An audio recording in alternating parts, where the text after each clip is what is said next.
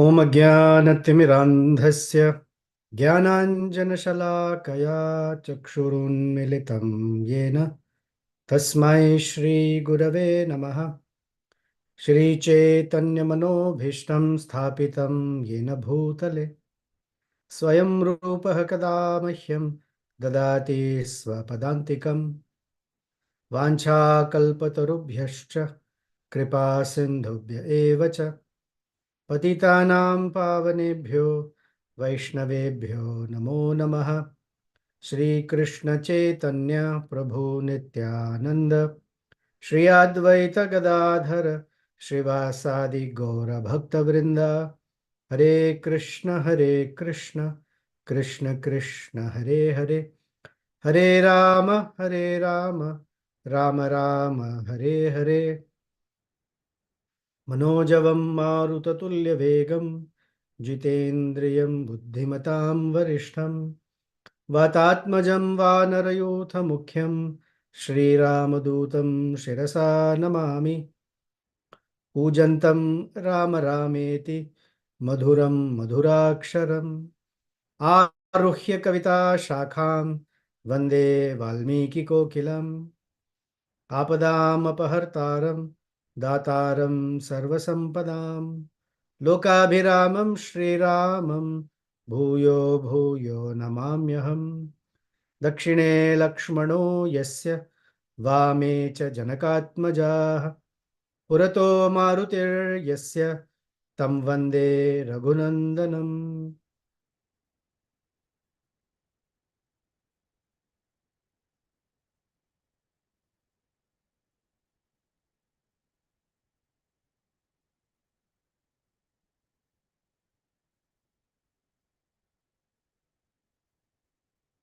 I hope we were all somehow or the other absorbed in the beautiful verses spoken by Hanumanji last week. He offered the ring to Mother Sita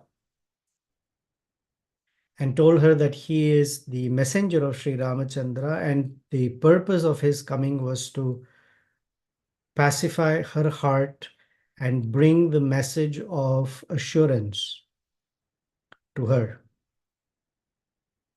And he conveyed or related as a response to Sita Devi's question of how monkeys and Rama and Lakshmana made a pact.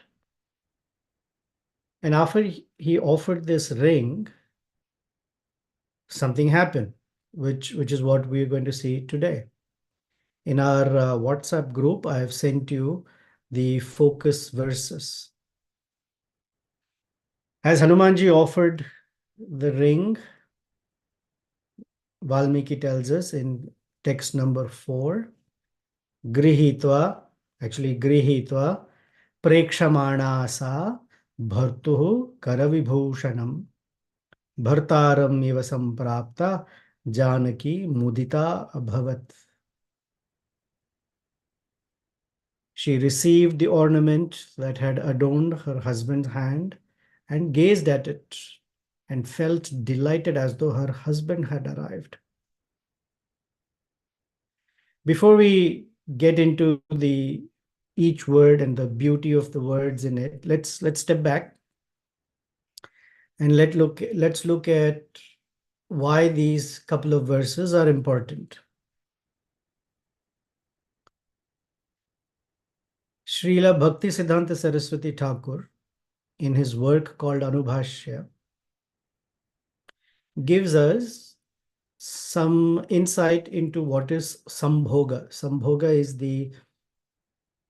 is when two lovers, particularly because we're talking transcendental subject matter, when Sita and Ramachandra, in their hearts, they awaken a certain set of feelings and emotions on account of meeting. That is called Sambhoga. And all the feelings that come about because of separation is called Vipralambha. And we are students of Rupa Goswami. So for us, in any story, pastime, situation, we want to look for and we extract the rasa.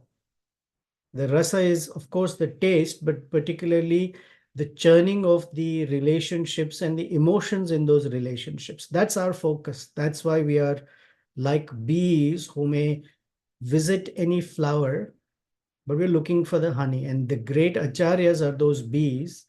We may not be able to extract the honey from the flower, but the bees store the honey in the hive, and we can take that honey. So Srila Bhakti Siddhanta Saraswati Thakur says, Darshana Alinganadim Anukulyan Nishevayah Yunor Ullasamaroham Bhavaha Sambhoga Iryate. In English, he translates it as meeting each other, embracing each other, are aimed at bringing about the happiness of the lover and the beloved. When this stage becomes increasingly jubilant, the resultant ecstatic emotion is called sambhoga. And he gives us that when sambhoga is awakened, it has four features to it, or it has 4 degrees. Just as Vipralamba has divisions, after each type of Vipralamba, there is a type of Sambhoga. So one type of Vipralamba is called Purva Raga. Purva Raga means the attachment prior to meeting. They're anticipating they're going to meet, and this is perhaps the first time they're going to meet in the day or the first time ever. It's called Purva Raga. And when they actually meet, that Sambhoga is called Sankshipta, which means brief. The meeting may be very brief. When there is mana, what we say anger, or anger based on love, and sometimes it's called pranaya, a very dense spiritual love is called pranaya. And there is this anger, which is a feature of it. Thus, Sambhoga, when they meet after mana, is called Sankirna. Then there are 2 types of Sambhoga after being separated. One, it says separated for a short time or in a short distance. Kinchit Dura Pravasa Anantara. Kinchit Dura means they have been separated by a short distance. For example, the gopis of Vrindavan, they feel a severe pang of separation when Krishna takes his cows and calves and walks into the forests of Vrindavan. And they're not able to see him for the rest of the day until he returns around dusk time. And he's not that far away. In this case, it's not only distance, time as well, because distance and time always together. A far distance means takes a long time to meet. Short distance means takes shorter time to meet. So Kinchit Dura Pravasa Anantara, after that the meeting is called Sampanna. It's almost like it is accomplished, it's complete.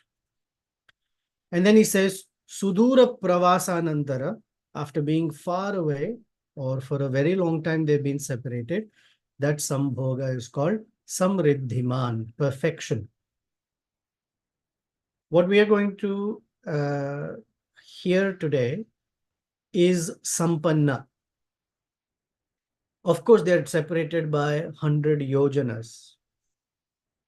Later, Sita and Ramachandra are going to be separated for a very, very long time. But this way, for now, we will consider that as Kinchit Dura. They've been separated for 10 months. And so this is Sampanna.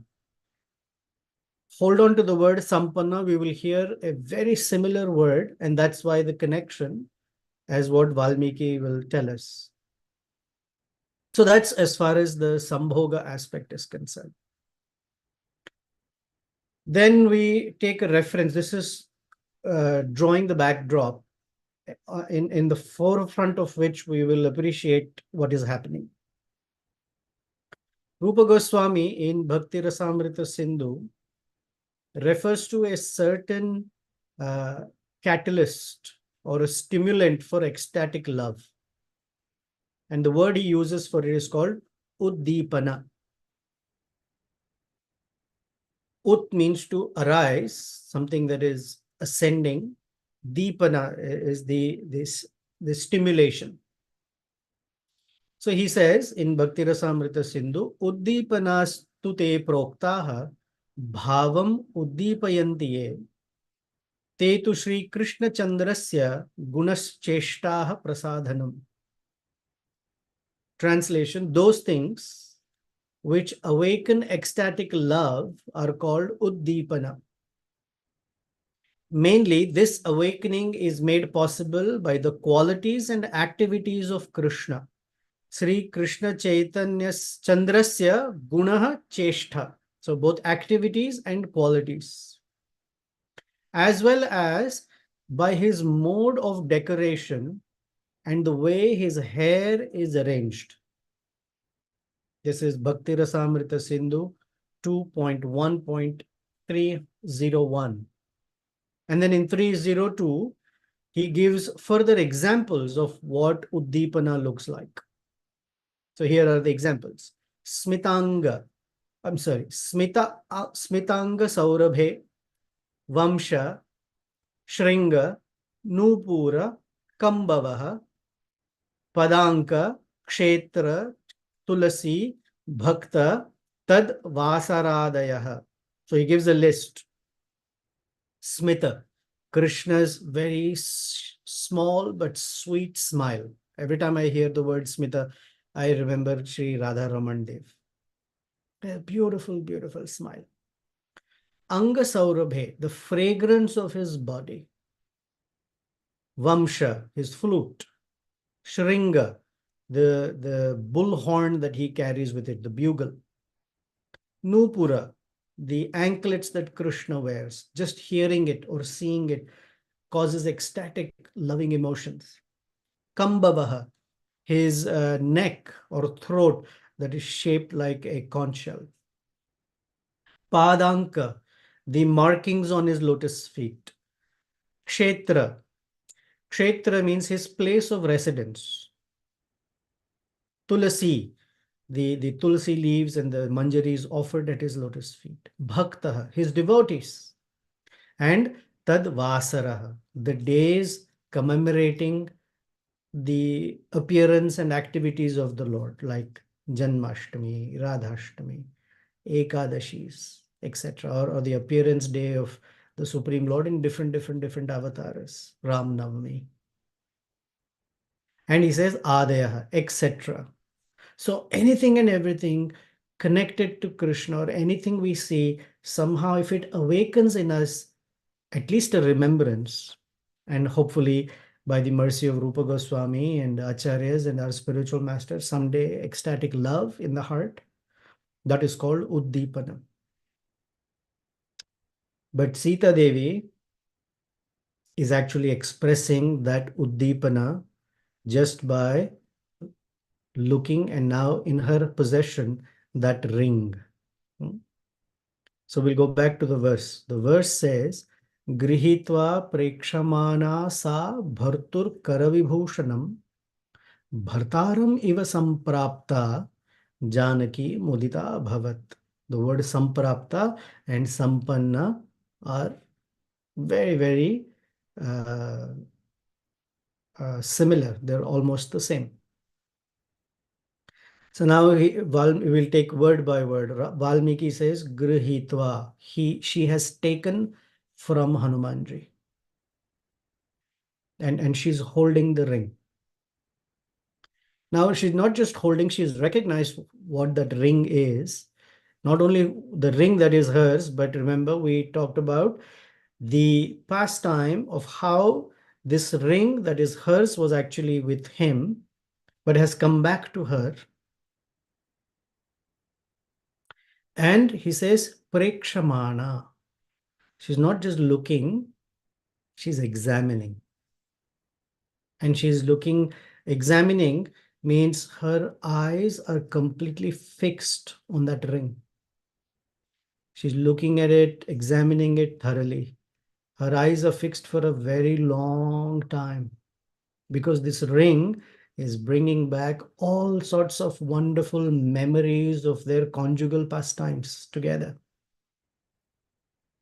And by holding that ring, she is in a state of ecstatic love. And that love has all these features which Valmiki is referring to. First, he says, Bhartuhu Karavibhushanam, the ornament of the husband's hand. Now, first of all, a lot of people who read the Ramayana just in a very cursory manner may have an objection. Why is Valmiki referring to the ring as Karavibhushanam when it is supposed to be Anguliyakam? Hanumanji said, here is the ring, Anguliyakam. Pashya Devi Anguliyakam. And now he is referring it to as Karavibhushanam. Is Valmiki's usage not appropriate?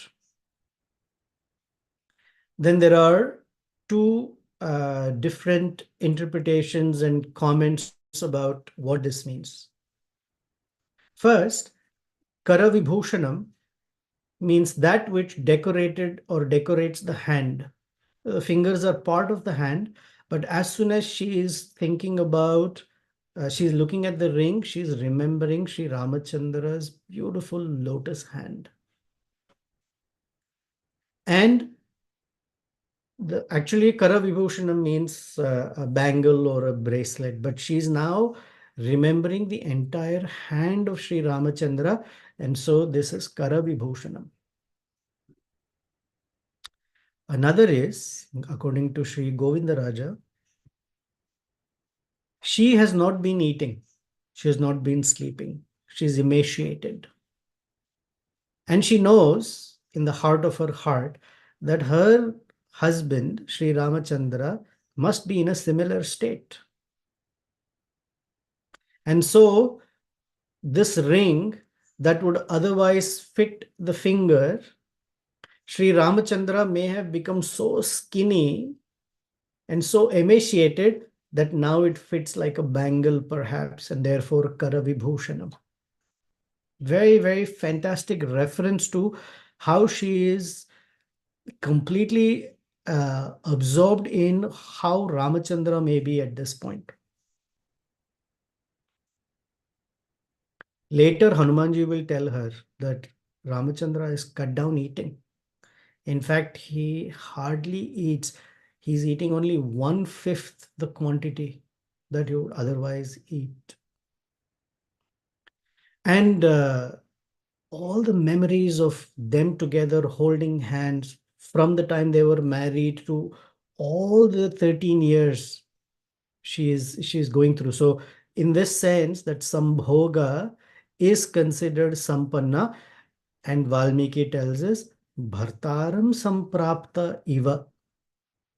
Just by holding the ring in her hand, she is feeling as if Ramachandra is standing in front of her. And Mudita, she has become jubilant. The ring now makes it as if the Supreme Lord Sri Ramachandra is standing in front of her. And now she's completely lost in thoughts about him. That her experience is so real and palpable that obviously if Ramachandra is standing in front of her, Mudita Abhavat, she is in raptures of joy. Okay, how do we know that? Yes, they love each other. Yes, are we just supposed to assume that they love each other so much that her joy is taken for granted? No, no, no. Valmiki is referring further. She's showing symptoms. Charu tad vadanam tasyas tamra shuklayata ikshanam ashobhata vishalakshya rahum mukta ivodurat. Fantastic analogy. Charu tat vadanam. Her face or her countenance became beautiful. She's smiling. her face is lit up, and in her eyes there are a few streaks of reddishness showing up. Tasyaha, of hers, Tamra Shukla Ayata. In the white of her eye, there are streaks of red, Ikshanam. And Vishalaksha, uh, Valmiki is telling us, and Hanumanji is observing that her eyes, which are already very big, Vishalaksha, have become even bigger. As soon as there is joy, eyes become big, pupils dilate. There is harsha in the heart. And Ashobhata, her entire face was decorated. Or we can say her eyes were decorated with the reddish tinge. The reddishness is that there is ecstatic love manifesting in her heart. And this beauty of her face, this countenance has become completely illuminated. And the analogy he gives is Rahu Mukta Ivaudara. Just like the moon that has been released by Rahu. So when there is a lunar eclipse, let's say of a full moon, and Rahu covers the moon, at best we can see the corona, just a little effulgence, but the moon is covered by this thick black disk, if you will, or a sphere.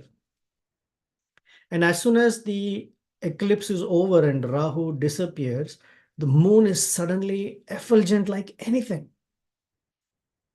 And so this moon-like face of Sita Devi is now glowing when this Rahu has released her. Who is the Rahu? Ravana. Ravana is this Rahu that has now released. Now, she's still in captivity, but released is because Ramachandra is standing there, Ravana and his presence is eliminated. We are familiar with the verse, Krishna Surya Sama, Maya Haya Andhakar.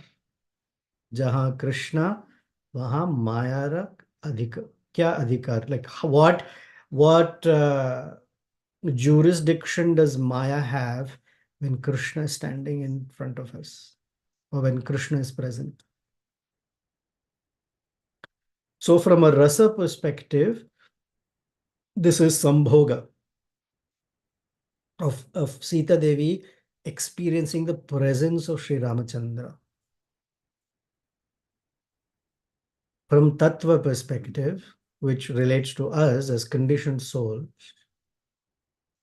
the Rahu here is the mind, who has been tormenting severely in such a way that the conditioned soul has absolutely no connection with the Supreme Lord. So this Rahu has been tormenting, this mind has been tormenting us, the conditioned soul, in such a way that there didn't seem any hope until one received the holy name from Guru.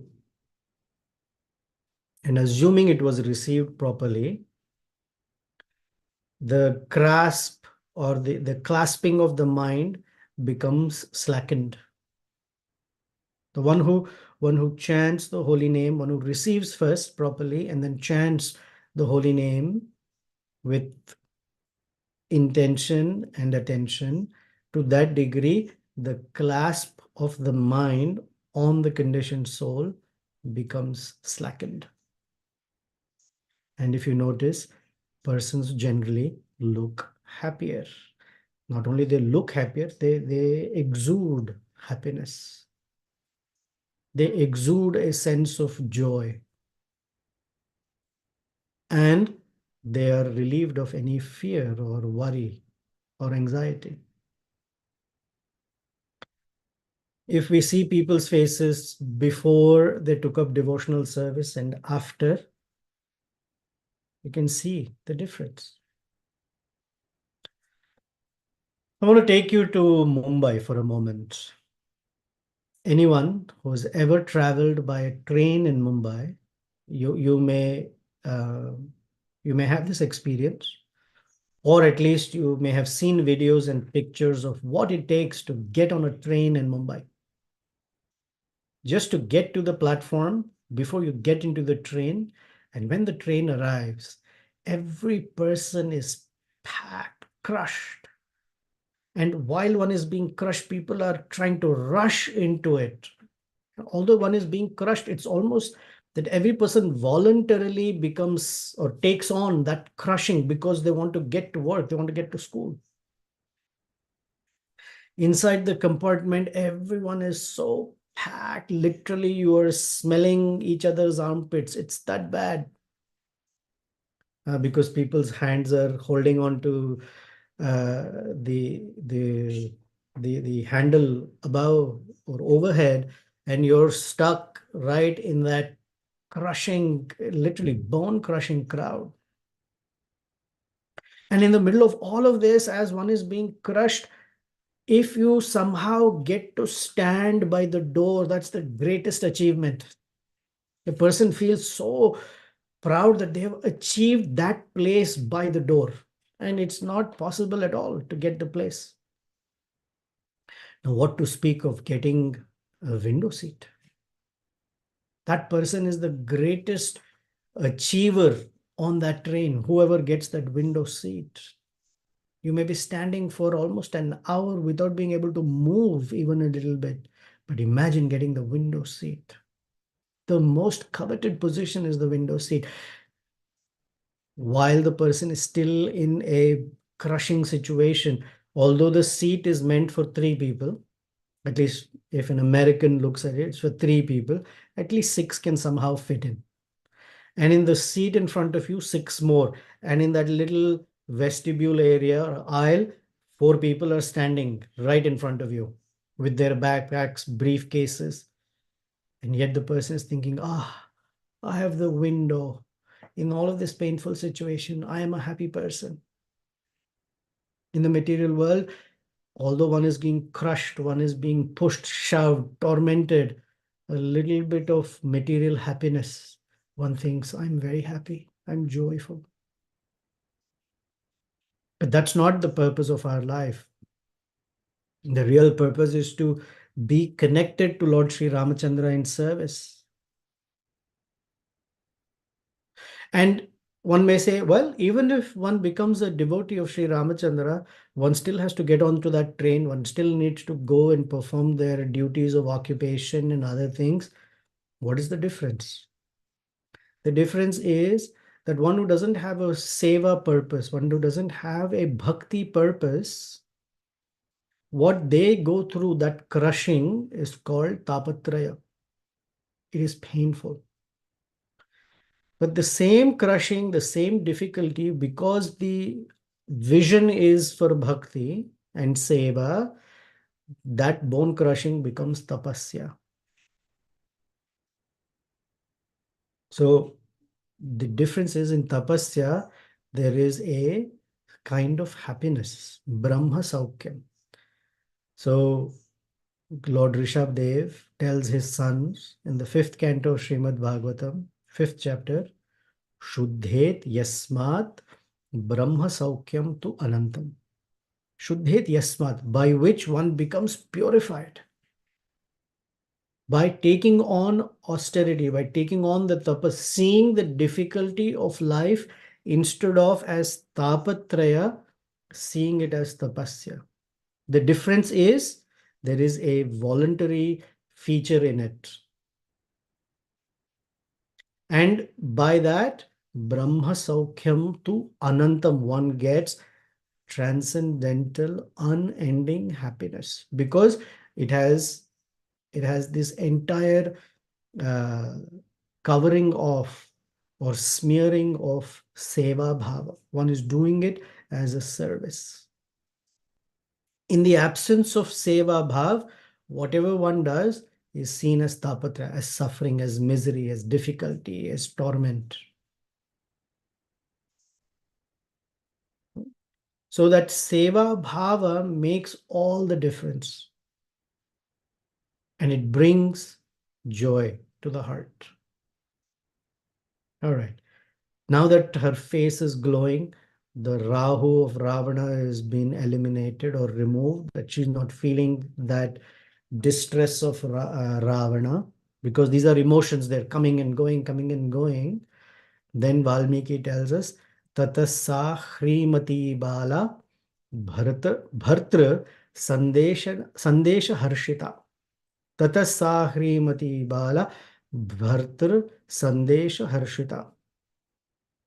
Paritushta Priyam Kritva Prashasam Samahakapim. Literally, the translation is, the young Sita felt delighted about her husband's news, and she blushed. By praising him for his action, she pleased the great monkey. But we'll take a little bit more in-depth view of it. So what are some of the effects that she is experiencing? So she Charu Vadnam, because she's remembering and she's experiencing as if Ramachandra is standing right in front of her. Her heart is now fully jubilant and delighted. And part of that delight, as soon as Ramachandra is standing in front of her, she becomes bashful. She smiles. She's feeling shy. Because that's what is part of this kind of exchange of love. And that bashfulness is that she's smiling, she's remembering the wonderful times they have together, and she's bashful because Hanuman is also there. Plus, more than Hanumanji, the presence of Ramachandra, and she's called Sati, she's chaste, she's bashful because of that love that's been incited in her heart. So he says Hrimati, and then he says Bala. Bala means a young girl. The reason for referring to her as a young girl has these connotations. She is very cherubic. Cherubic is childlike, innocent, youthful. Now, between a husband and wife, now this is general, between a husband and wife, it doesn't matter what age they are.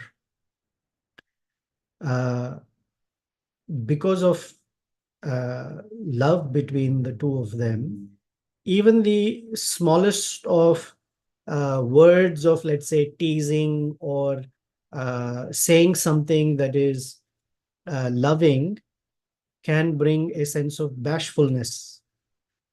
Of course, we're talking spiritual love here. But what is visible even in the mundane, then what to speak of transcendental, that she's always youthful and childlike. She has a childlike innocence in the presence of Sri Ramachandra. And then he says, Harshita, she's delighted. Delighted that Sri Ramachandra is thinking of me. So in love, even the smallest of gestures gives the greatest of pleasures. When love is not present, the greatest of gestures may have absolutely no value. A lot of times, couples, parents, they compensate for the inability to express love by giving things, big, loud gestures. Gestures, I mean, not that, for example, giving money or gifts. And when there is love is not there, then even big gifts, houses, cars, jewelry may not necessarily satisfy the person. The jewelry may satisfy, the house may satisfy, the car may for a moment, but it is only to cover the void of not feeling loved. But when a person feels very loved, then even the smallest of gestures, the shortest of words, even the eyes can express so much for a person. And in the entire universe, who is the symbol, the epitome of amazing love for each other? Sita and Ramachandra. So just the gesture of sending that ring tells her how much he is thinking of her. And so she is blushing and she is joyful. She is ecstatic. And not only is she joyful and ecstatic, Valmiki tells us Paritushta. She is very satisfied, completely satisfied, not just satisfied. Tushta is satisfaction. Paritushta is completely satisfied. One, Sita Devi is a very simple-hearted person. For simple-hearted people, small gestures can be very satisfying. Just a ring, to her own ring, was sufficient to fully satisfy her, though she was in the midst of the greatest torment in Ravana's kingdom. Now let's contrast this. A couple of chapters ago, Ravana offered her all sorts of gifts. He was trying to allure her, saying, all my palaces are yours. This Pushpaka Vimana is yours. You will be my primary queen, not even Mandodari. You will be my primary queen. You will be the prime, most important, most loved queen among 500 of or more damsels and consorts that I have. I can give you the position of the entire heaven. Let's go and enjoy in all sorts of gardens. Airplanes will enjoy food, beverages, royalty, fine silks, jewels, jewelry, servants. You just tell me what you want and everything I will bring to your feet. And she shunned him away. She told him to get lost. But Ramachandra's one gesture of sending her a ring, it's not the ring, but the gesture, the presence is paritushta, completely satisfied. So her countenance is glowing. She's feeling cheerful. She's pleased. Priyam Kritva. And she doesn't forget that there is the instrument, Sri Hanumanji. And so Valmiki refers to him as Mahakapi, the great Vanara. And so she pleased him with words. Prashashamsa, she glorified him. And by her prashashamsa, that she was delighted, Hanuman became Priyam, became very, very happy as well. Now, for Hanuman, this is a very, very special, I guess, gesture of grace towards him. Sita Devi, who's very chaste, will not express such so openly. For Hanumanji to be able to see live the transformations of joy in Sita Devi is a special blessing. Because these are all called vibhavas. Vibhava, of which there are two features. One is called alambana, means support. Krishna and Krishna's devotees are the alambana. And uddipana is the other aspect. So Hanumanji is able to see the entire range of vibhavas arising in her body because of the uprising or upsurge of love for Sri Ramachandra. Generally, we read in books, we read from Rupa Goswamis, but what to be able to see it as Hanumanji is seeing it. So then Sita Devi spoke to Hanumanji. Vikrantastvam samarthastvam pragyastvam vanarottama yenedam rakshasapadam tvaya ekena pradharshitam. Oh, best of the monkeys. So she calls him Vanara Uttama, the best of the Vanaras. She has not met any of the Vanaras, but she already knows the fact that he has come here and he has been sent by Ramachandra is enough for me to understand that he is the best of the Vanaras. And she says, Vikrantastvam, you have crossed over or jumped over this massive ocean. Samarthastvam, and you're very capable. Your capability is demonstrated by the fact that you've arrived in Lanka, not only at the shore of Lanka, but into the innermost private gardens of Ravana, called Ashokavana, and have been unnoticed. And you're talking to me. No, Samarthastvam, Pragyastvam. Pragya, you are very, very intelligent. You're so intelligent in your behavior, in your words. By that, I can understand pragya. Yena idam rakshasa padam. You have entered the abodes of all the rakshasas. And ekena pradharshitam. You have trespassed through all of his uh, regions and found me here. That tells me you're not an ordinary Vanara. And she says, Shatayojanam Vistirna Sagaro Makaralayah Vikramashлагhaniyena Kramata Goshpadikrata. Excellent verse. Shatayojana Vistirna, that ocean that is spread over 100 yojanas. And Sagara Makaralaya, it is the abode of crocodiles or sharks. And you have Vikrama. Remember, Lord Krishna is also called Trivikrama because by 3 steps he has covered the entire universe. So Vikrama, and then she says Shlaghaniyena. So it's not just a jump or a step, Shlaghaniyena, in a very admirable, adorable way. What is the adorable nature? He's not doing it for himself. He's doing it out of service for Ramachandra. So wherever there is Seva Bhava, the Supreme Lord and his consort see that as Shlaghaniyena. That is, they see it as loving. They accept it as love. They're always looking for love. They're not looking for the physical expressions of it. Although that is seva, it is there. But it's the condition of the heart that is more important. And Sita Devi has captured Hanumanji's heart and she is reading it.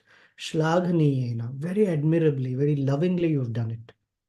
However, because you're doing it as a seva bhava and because you're empowered by Ramachandra, kramata, that step that you have taken, goshpadi kritaha, it is like crossing the water or crossing the water contained in a calf's hoof print or a cow's hoof print. That mighty ocean has become reduced to water contained in a cow's hoof print. We know this verse from Srimad Bhagavatam. Samashritaye padapallava plavam Mahatpadam punya yasho murare Bhavam budir vatsapadam param padam Padam padam yat vipadam na tesham. Tesham, for those persons who have taken shelter of the lotus feet of Krishna called Murari, and they hold that feet of Krishna. Now that feet work as a boat. Pada Pallava. Pada Pallava means the sprouts, the beautiful young sprouted like leaves, tender feet. Pallava, Plavam becomes a boat. And what does that boat do? The feet of the Lord as a boat, Bhavam Budir, this massive ocean of birth and death, Vatsapadam, becomes as if it's water contained in a hoof print, calf's hoof print. So why does one need a boat? It's so easy. Param Padam, one achieves the ultimate abode of the lotus feet of the Lord. And Padam Padam Yat Vipadam Natesham. For them, although this world is full of dangers at every step, Padam padam yet vipadam. No, there are absolutely no such things for such a person. Therefore, we recite apadam apahartaram. Any misfortune or unfortunate or dangers that one may possibly face, apahartaram. Ramachandra just takes it away.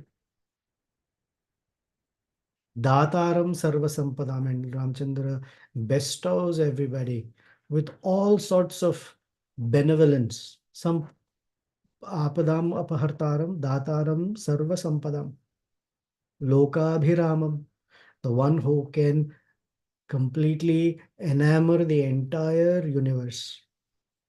Sri Ramam bhuyo bhuyo namamiham. Again and again, I offer my obeisances to him.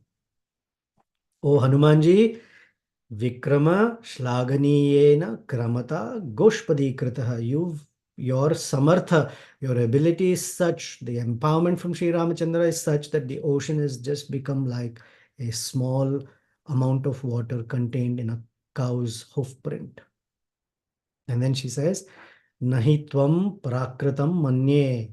I don't think of you as an ordinary person. Prakritam means ordinary. Vanaram, Vanara Shabha. Oh, Vanara, you are the best among them. Yasyate nasti santraso, Ravanan napi sambhramaha. You have absolutely no fear or any sort of anxiety from Ravana. Yasya te na asti santrasa. Trasa is being tortured or tormented. And he says, Sambhramaha. You're not even nervous about Ravana. Ravanan na api Sambhramaha. You're so confident that anybody would be afraid. The whole demigods are afraid of Ravana, but you're not. What Sita Devi is expressing is important for us because a conditioned soul who has received Nama Rama Namankitam, the mantra, the Hare Krishna mantra from the Guru, must express glorification and gratitude to such teachers, gurus, especially one who has received mantra, the Diksha Guru, obviously. And so she's teaching us how it is done. She is telling Hanuman, nobody can cross this material ocean and enter that place where the soul is residing, and you have been able to give the holy name. And how are you doing it? Fearlessly. You are the Vanara Uttama. Among great persons, you are the greatest. And Nahi Tvam Prakritam Manye. You're not a Kanishta, because Kanishtas can't do it. She says, Vanarar Shabha, you are Uttama Adhikari. And I'm using the phrases because we are used to it. Kanishta Adhikari, Madhyama Adhikari, and Uttamadhikari. And Uttamadhikari performs the function as a Madhyama in bringing the holy name. So we're going to look at this word Prakrita. She says, Nahi Tvam Prakritam Manye. I don't consider you a neophyte at this. So we'll go to Srimad Bhagavatam, Canto 11, Chapter 2, verse 47. Krishna is speaking. He says, Acharyam eva haraye pujam yah shraddhaya ihate natad bhakteshu chanyeshu sa bhakta prakritah smritah. Acharyam eva haraye pujam yah shraddhaya ihate. One who worships the not acharyam, sorry, archayam, one who worships the deity in the temple of the Supreme Lord, deity of the Supreme Lord, and does one's puja with lot of shraddha. Krishna says, tad na tad bhakteshu anyechu, but doesn't have similar perhaps even higher regard for other devotees. Sabhakta prakritah smritah. That devotee is known as a neophyte. People, neophytes have great attraction for the deity of the temple. They have great attraction for all the rituals and the pujas, and yes, one should have that.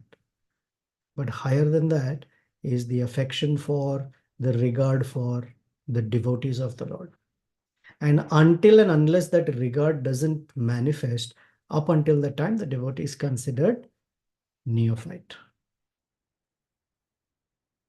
And so Sita Devi says, Arhase cha kapi sreshtha maya samabhashitum yadyasi preshitastena ramena viditatmana. Oh, Hanumanji, you have been sent by Ramachandra as the messenger. Preshita stena. Preshita means messenger or sent, errand boy. Tena Ramena, by that Ramachandra, who Viditatmana, very, very intelligent, all knowing. And uh, you've been able to speak with me, and I've been able to speak with you, and that is not inappropriate. Why? You are Kapisreshta, who has been sent by Ramachandra. So by speaking with you, I'm not violating any chastity. However, Preshyasti Durdharsho Ramo na hi apakarshitam a Ramo na hi parikshitam. Sorry. Preshyas Preshyasti Durdharsho Ramo na hi aparikshitam. Parakramam Vigyaya Matasakasham Visheshataha. I know you are very special because Ramachandra will not send a messenger unless he has thoroughly tested him. Parikshitam has completely examined that person. So when we glorify our spiritual masters, we understand that they have passed the test of examination or passed the examination by the Supreme Lord Himself. And He has determined that such and such person is the best instrument for us. And what does it take for them to be that fit instrument?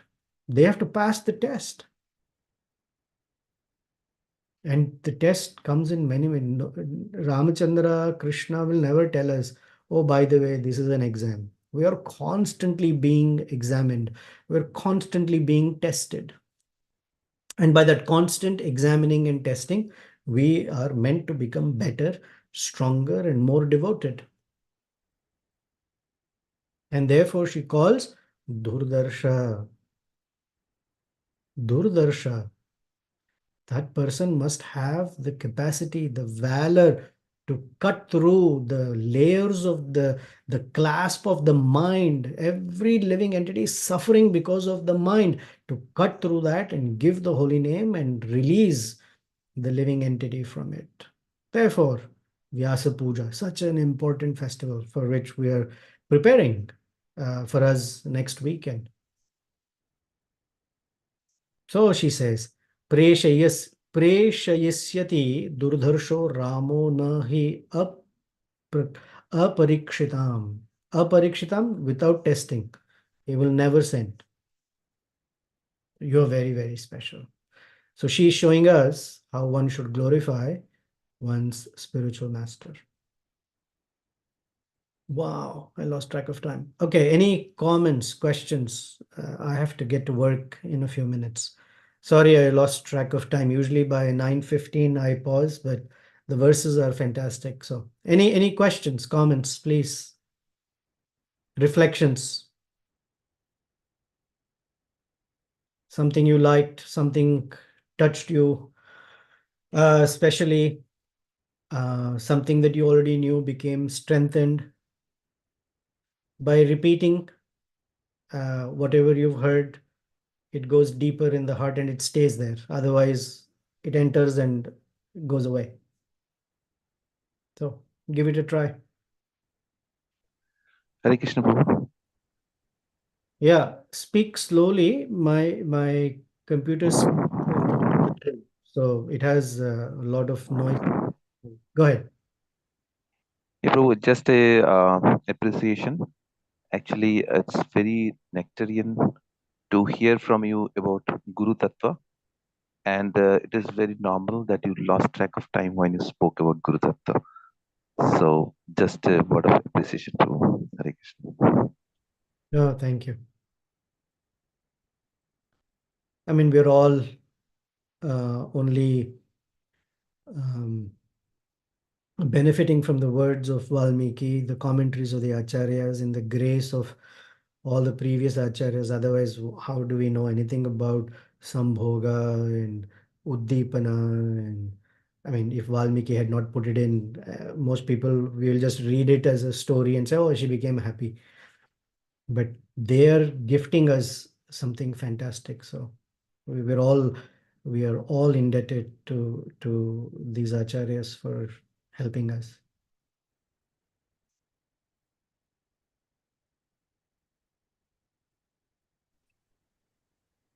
Anyone else? Yes, Tira, go ahead. Mhm. I was appreciating the way you connected what Sita Devi is experiencing with a mundane example of the uh, uh, local train in Mumbai. I have experience in the local train, so I was able to relate to it at least to some extent. Meaning, what to speak of what Sita Devi is experiencing when she's mm, like receiving the ring from Hanuman. Also for me, one thing uh, was a relief that all these weeks Hanuman has been trying and trying and trying to gain confidence of Mother Sita, and then today it felt like finally he was able to, like, Sita Devi accepted him as a messenger of Lord Rama.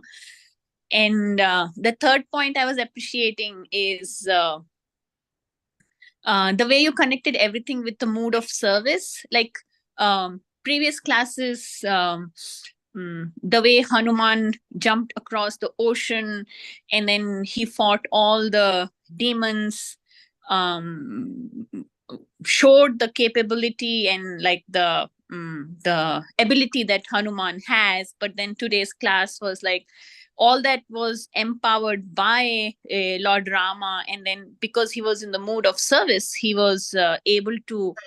Um, mm, mm, the ocean just became like a puddle of water because of his strong mood of service. Although he had the ability, yet the mood of service was like prime.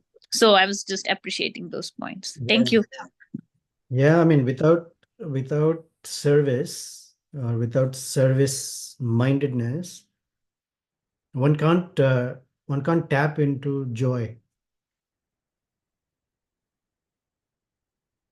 Okay, anyone else? Next, I got a text here from somebody that says, "Why is in the fourth verse it says ornament that adorned his hand, even though it is her own ring?" I think we went through it. It says Bhartu Karavibhushanam, and we went two ways of why it is called Bhartu Karavibhushanam. Here's a third one. Just that he is holding her ring in his hand and it's come to him. Remember, last week we said they were playing a game of dice and she had pawned it to him or she had staked it. It is in his hand. So Kara Vibhushanam, it has decorating, her ring is decorating his hand. So she says Bhartu Kara Vibhushanam. And the Kara Bhartu is for the hand. Bhartu Kara, her husband's hand, Vibhushanam, was being decorated by that ring. That's another meaning. Okay, anything else? Last final something? If you have more reflections later on our WhatsApp group, please express your reflection that some point that you really liked or it made an impact on you. share, because by sharing, it becomes established deeper in the heart. Okay, final, any comment, question, thought?